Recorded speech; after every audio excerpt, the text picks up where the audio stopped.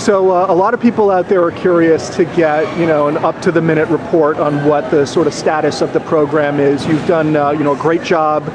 Minnesota came here. It was a great turnout at your own tournament earlier in November. Great turnout. Obviously, this place was packed, and you tons of media when you had the All-Star event here.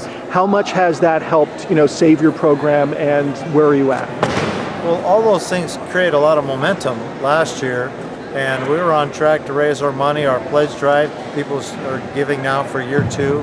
Everything's been on track to continue with our 5-year plan that we had set up.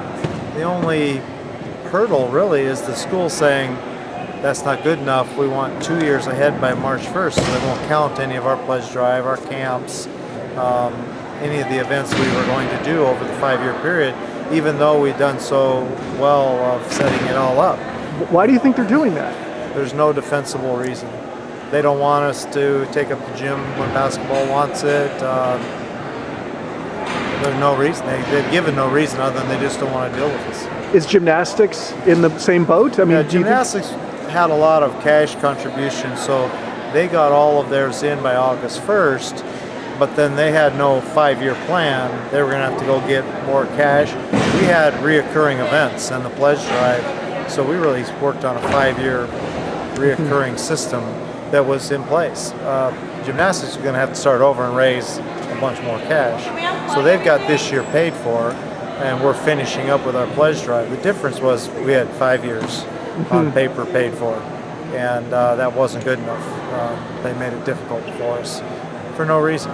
There's really no defensible reason and no support. And they actually took the fundraising gal off, said she couldn't help us, although she's able to help golf, who has a rich person behind them.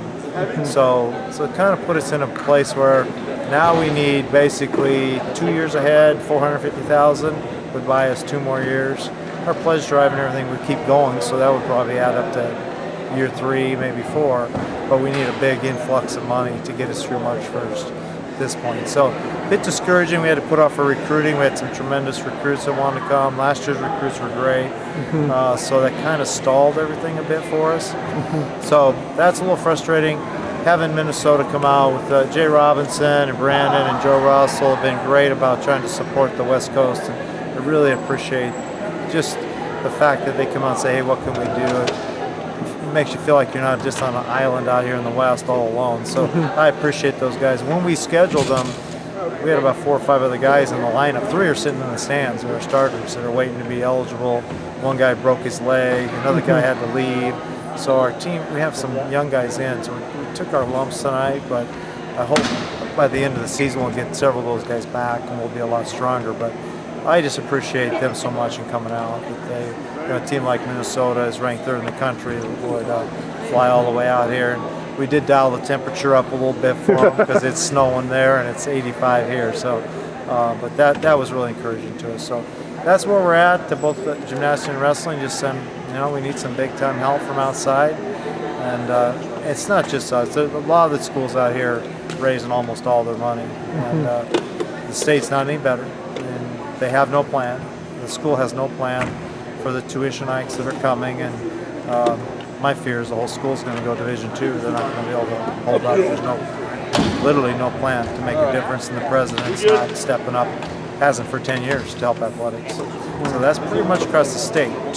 They have overabundance of students, turned away 50,000 applications, so they do not need athletics unless they think of it in a philosophical way where they go, athletics help build community on campus.